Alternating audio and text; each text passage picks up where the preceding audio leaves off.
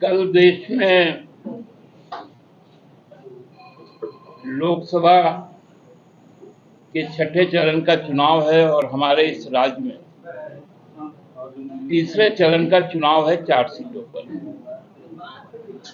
जिसमें रांची है, जमशेदपुर है, गिरिडीह है और धनबाद है। इसके पहले 20 तारीख को 3 लोकसभा सीटों पर चुनाव हुए, जिसमें हजारीबाग, कोडरमा और चतरा था, और उसके पहले 4 पर चुनाव हुए थे और शेष 3 सीट 1 तारीख को जो संथाल परगना की तीनों सीटें हैं वहां पर चुनाव हुए। ये चुनाव हमको लगता है कि बहुत ही पहली बार सोच समझ करके, किसी भी बहकावे में नहीं आकर प्रबुद्ध मतदाता अपनी मताधिकार का प्रयोग कर रहे हैं। भारतीय जनता पार्टी जो इस चुनाव में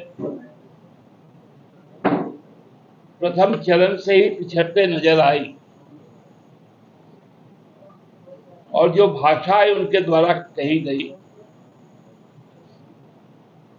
धर्म के नाम पर, संप्रदाय के नाम पर, और अब वो चीजें धीरे धीरे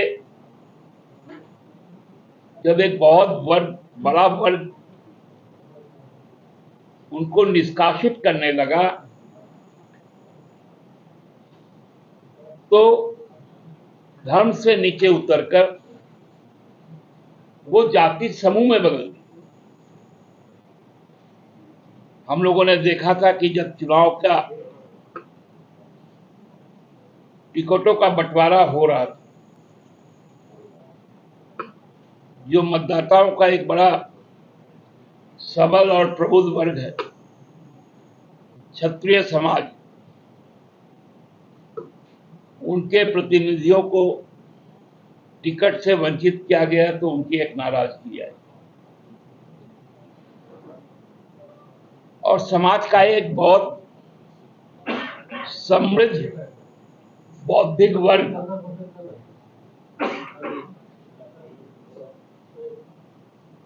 जिस वर्ग को साहित्य में, प्रशासनिक सेवा में, न्यायिक सेवा में, शैक्षणिक सेवाओं में जिनका बहुत बड़ा योगदान रहा है देश में,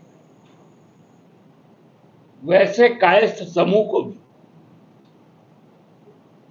अपमानित करने का लगातार काम किया। देश के बहुत बड़े नौकरशाह रहे, विदेशी मामलों के जानकार, आर्थिक मामलों के जानकार यशवंत सिन्हा जी के सुपुत्र, जो वैश्विक स्तर पर अपनी पहचान रखते हैं, केंद्र में मंत्री रहे हैं, आर्थिक मामलों के जानकार हैं,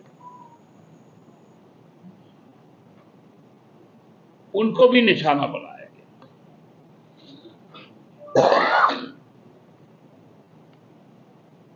क्योंकि वो जानती है कि हजारीबाग चुनाव वो हार गई, तो सारा ठिकरा उन पे फोड़ने के लिए। भाजपा जानती है कि कल धनबाद का जनादेश क्या आएगा, तो राज सिन्हा जी को, उनको भी राजनीतिक मोहरा बनाया गया ताकि ठिकरा उनके सर पर भी फोड़ सके।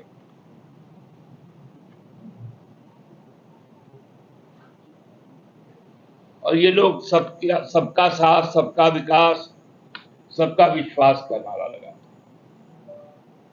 उनके जब जवाब आए तो भारतीय जनता पार्टी ने कहा कि ये लोग सामंतवादी सोच के लोग,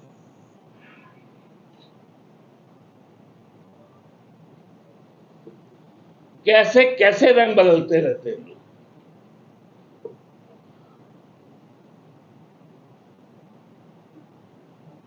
मतलब चुनाव जीतना ही है, इसे किसी भी पृष्ठभूमि का व्यक्ति हो,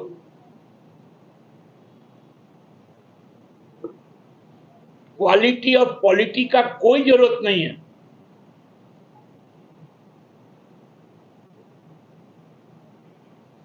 कॉमन कॉज का कोई रिस्पॉन्सिबिलिटी फिक्स नहीं हो, केवल चुनाव जीत लो। अपने नेताओं के बारे में, अपने पूर्व सांसद के बारे में, उनका प्रत्याशी जिस भाषा का प्रयोग करता है, एक राजनीतिक कार्यकर्ता होने के नाते हम लोग सबको ही मर्माहत होते हैं